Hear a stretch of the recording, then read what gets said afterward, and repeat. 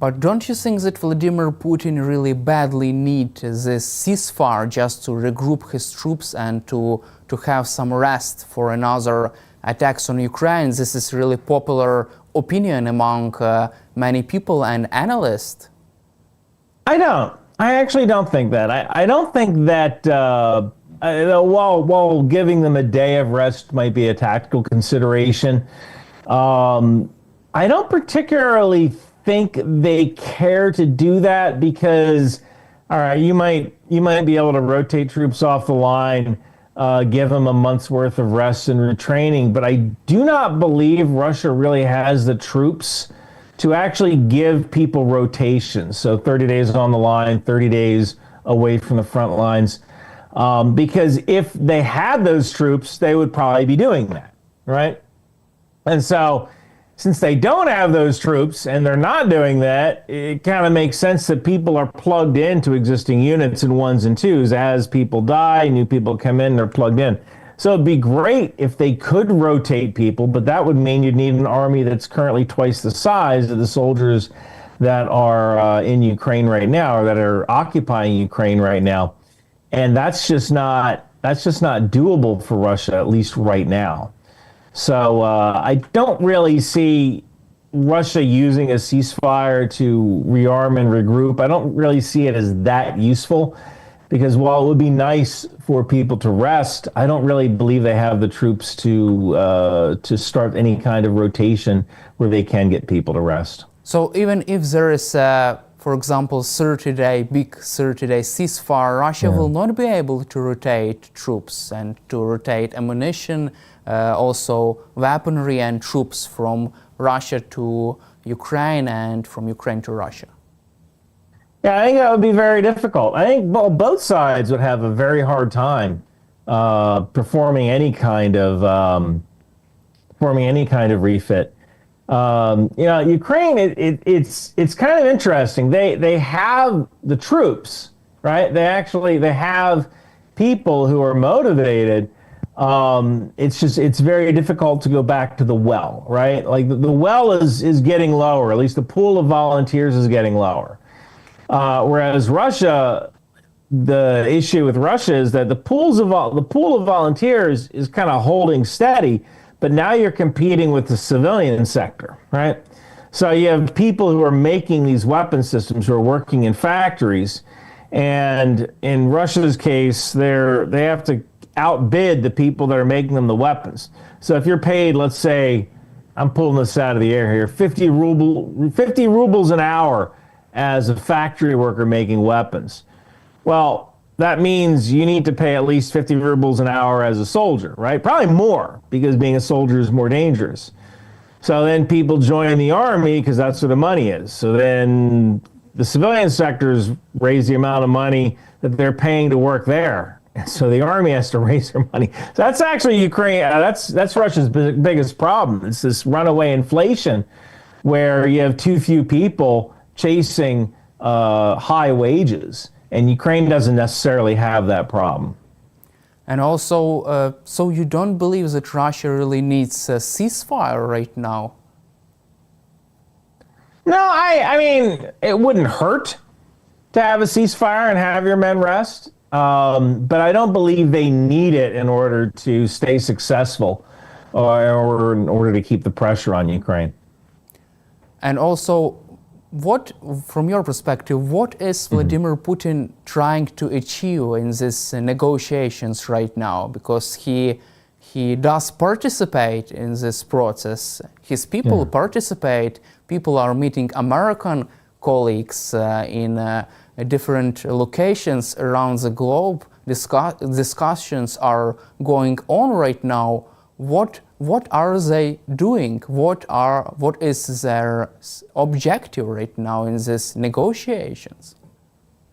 I believe their objective in the negotiations is to keep the negotiations going on as long as possible. Because as long as the negotiations are going on, you can send out propaganda saying, look, we're negotiating, but this group is choosing not to engage with us, right? I think that's kind of the goal of the negotiations. It's to create the opportunity to create propaganda. And yeah, at the end of the day, you know, what you kind of have here is once a ceasefire happens, then there's really no more room to negotiate a ceasefire, right? So that's kind of an issue. So while it might seem counterintuitive that you don't want a ceasefire, even though a ceasefire would be helpful, you know, this is one of those things that's Russia in a nutshell, right? Russia always seems to be a little counterintuitive to what you'd expect. And also, you're confident, according to our latest interview, that Russia will suddenly collapse. Do you feel that a ceasefire could bring the collapse of Russia closer or even more far away? How could this influence Russia's ability to exist as a state, as a united state? Russia could certainly collapse. That is a possibility. I don't think a ceasefire would cause a collapse, but I certainly think that if certain circumstances aren't met, especially if, you know, one of the things President Trump had talked about was secondary sanctions, where the United States sanctions countries that are purchasing Russian oil. If you get to the point where nobody wants to buy Russian oil, it becomes very, very difficult to pay soldiers. And once that happens, look, soldiers are going to be loyal to a point, right? They're going to be loyal to the point that once they stop getting paid, that's a problem. And if it turns out they stop getting paid, kind of the next thing that happens is they start looking for ways to make money. And that's how soldiers become a mob, right? Now, the good thing about Ukraine is that Ukraine can get some funding from Europe in order to pay their soldiers' salaries. So they're not really an issue. But once you start seeing soldiers who don't get paid, they turn into mercenaries. And once they turn into mercenaries, now you have a mob. And that isn't good. And it was one time in the history, Prigozhin march on Moscow. Yeah.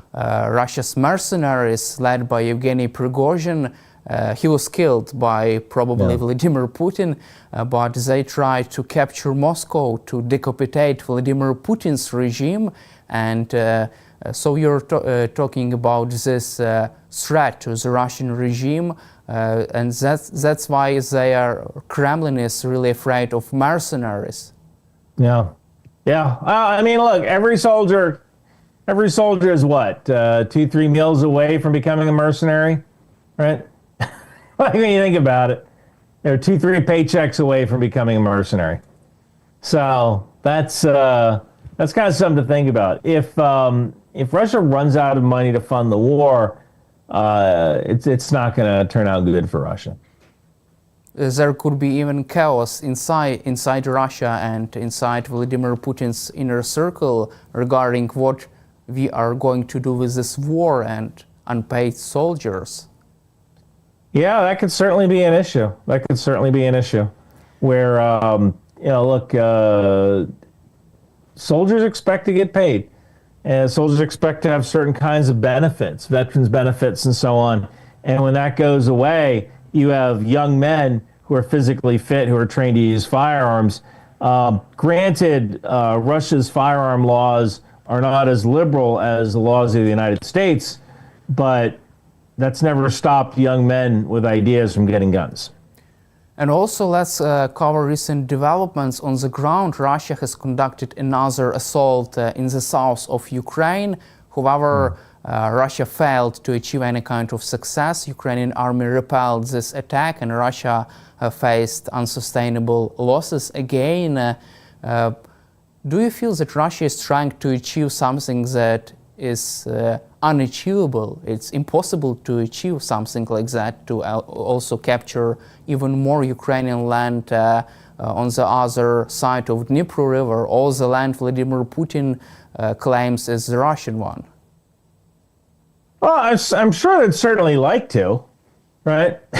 Like that is the ultimate goal. They'd certainly like to take that land. The question is whether it's actually feasible to do so. And war is hard. And amphibious invasions are pretty darn hard too, or river crossings are pretty darn hard too. And I got to tell you, you can train for something as much as you like, but Murphy's Law, I don't know if that translates well into Ukrainian. The law of whatever can go wrong will go wrong. That always seems to rear its head whenever there's any kind of military operation. And one of the huge issues with Russia is that they just don't have the non-commissioned officers, the sergeants, who can make calls on the ground and respond to changing situations. And also, you just mentioned about the military operation. United Kingdom, France, and other European allies are preparing this big plan to deploy troops to Ukraine as a part of the coalition of willing after ceasefire. What is your assessment of this idea from a military point of view? Is this feasible for European allies without American backstop?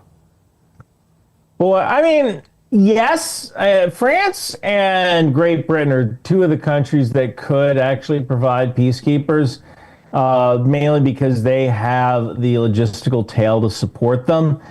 I don't know how long they would be able to do it financially, or what that would look like, specifically with having their troops rotate in and out. I think France can field 3 divisions. The UK can field 2 if they activate their reserves. So there might not be physically enough troops. They might only be able to send 1 or 2 brigades each. And so now we're talking maybe 1,200 troops.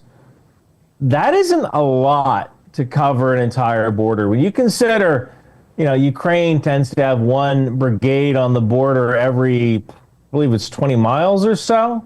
What that translates into kilometers is 25, maybe 20, I guess 26 or so, 28, I think, 28 kilometers roughly. They have a brigade. So that's the idea of fielding 3 brigades across the entire Ukrainian front. That's just, the front is just so massive. It's very difficult to do something like this without the actual physical troops. And I don't really know how Great Britain or the UK can square that circle, at least not without using troops from third-party countries, maybe non-aligned countries like Brazil or Indonesia or Saudi Arabia. And also another big idea to enforce air policing zone over Ukraine, to close Ukrainian skies after ceasefire, even at least over the west of Ukraine and central part of Ukraine. Would it be also feasible for UK and France to do so without American Air Force? Yes and no. So America has a lot of the airborne warning control planes. There are shared NATO planes as well, shared NATO AWACS. They call them E-3 Sentries. I believe Great Britain and France have their own radar planes, which you would need in order to enforce a no-fly zone. However, I don't know if their software is American-made or American-owned. And that's where things get tricky, because if America says, no, I don't want you to do this, and they use American software in order to perform their air traffic control, that can be an issue, right? That can be an issue. So I believe they have the physical capacity to do so, but anything like kind of beyond what you might see with just the physical ability to move troops, that's kind of the question mark. It's the actual deals that they would have to make in order to get something like this done. That's kind of up in the air. And also, if there is a green light from the US to conduct such mission, in your opinion, it could be possible for European allies? I think so. I think it could be possible.